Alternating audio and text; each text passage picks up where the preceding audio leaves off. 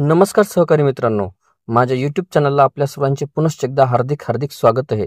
आपण जर सरकारी कर्मचारी किंवा पेन्शनधारक किंवा कुठेही शासकीय सेवेत नोकरीला असा तर ही खास बातमी मी आपल्यासाठी घेऊन आलेलो आहे.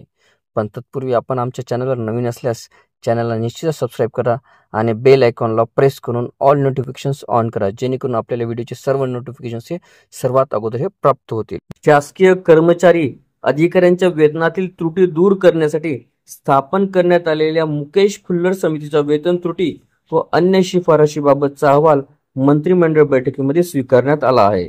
केंद्राच्या 7व्या वेतन आयोगाच्या शिफारसी राज्य शासकीय व इतर कर्मचाऱ्यांना 1 जानेवारी 2016 पासून लागू करण्यात आला, पण सुधारित वेतन श्रेणी लागू केल्यानंतर वेतन निश्चिती व सुधारित वेतन श्रेणी यांच्या अनुषंगाने काही त्रुटी आढळल्या होत्या.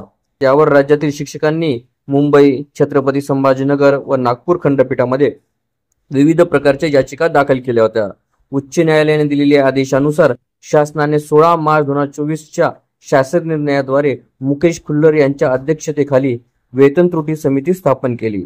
या समितीने विविध प्रशासकीय विभाग तसेच 58 संघटनांशी चर्चा केली. व्हिडिओला सविस्तर बघण्यासाठी कृपया डिस्क्रिप्शन बॉक्समध्ये दिलेल्या लिंकवर क्लिक करा आणि संपूर्ण व्हिडिओ पाहावा.